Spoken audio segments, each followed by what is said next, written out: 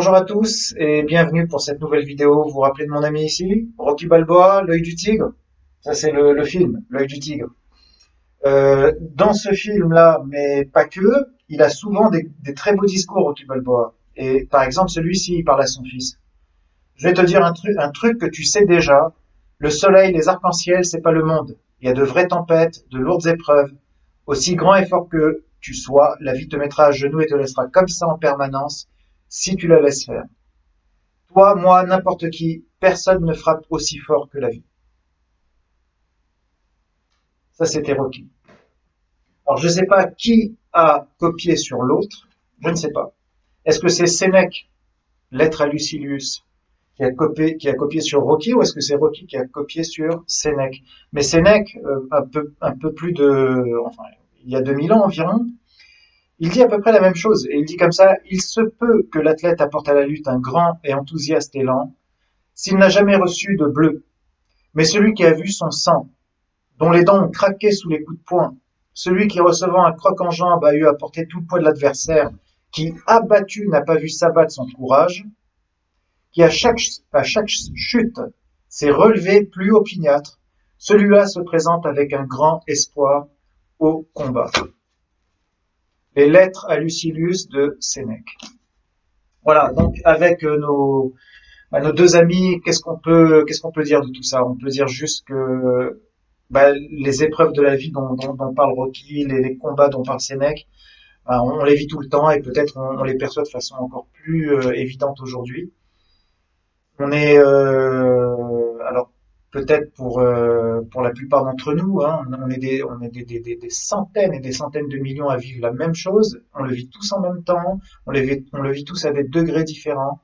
Et il y a cette idée que quoi qu'il arrive, bah oui, il y a cette idée que la vie nous met un petit peu à genoux actuellement. On tombe et on se relève. Mais comment on se relève? Ça peut être aussi intéressant. C'est là où je fais un petit pont avec le yoga. On se relève comment? On se relève sans précipitation, je pense. C'est on prend le coup, on se relève et on prend le temps de réfléchir à pourquoi on est tombé aussi, peut-être. Et pourquoi, surtout quand on se relève, on est dans la précipitation de se relever, on est dans la précipitation de recréer énormément de choses, des rêves comme des réflexes sous-jacents qui sont tout le temps là. Ce réflexe de se dire, on repart comme d'habitude, on se relève très vite, on s'entoure d'activités, de suractivités dans la situation où on est maintenant. On passe des coups de fil à n'en plus finir. Et je comprends que pour beaucoup d'entre nous, certaines choses sont synonymes de crainte. Voilà, le travail, le boulot, qu'est-ce qui va se passer ensuite, comment ça va se passer, mon loyer, etc. Il y a beaucoup de craintes et à juste titre. Mais d'un autre côté, voir aussi que bien souvent la racine de tout ça, c'est la peur.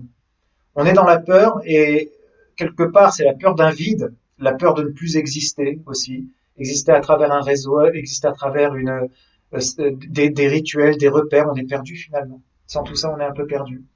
Donc prendre le temps, je pense que si on doit tomber, et on tombe tous, on tombe tous. Comment je me relève? Avec derrière, avec quel état d'esprit, vous voyez, avec quel état d'esprit on se relève et qu'est-ce que ça signifie vraiment à partir de ce moment-là, de se dire, voilà, je réactive ce que j'ai tout le temps réactivé, une sorte d'agitation dont la racine est simplement la peur, une crainte profonde.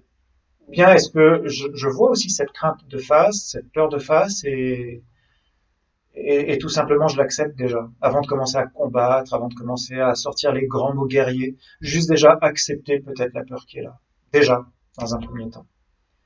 Voilà les amis, je vous dis à bientôt. Alors on va changer de formule les prochaines fois.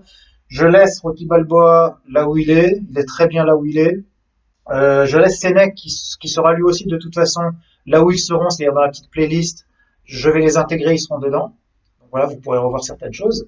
Et on passera la semaine prochaine, ou dans quelques jours, à une autre petite formule. Vous verrez, c'est à travers une pause et un moment de yoga. Une pause P-A-U-S-E, mais aussi une pause P-O-S-E. Voilà, je vous dis à très bientôt. Je vous souhaite à tous de passer une belle semaine. Au milieu aussi de ce grand combat que l'on traverse tous dans cette vie maintenant, tout de suite. Voilà. À bientôt. Au revoir.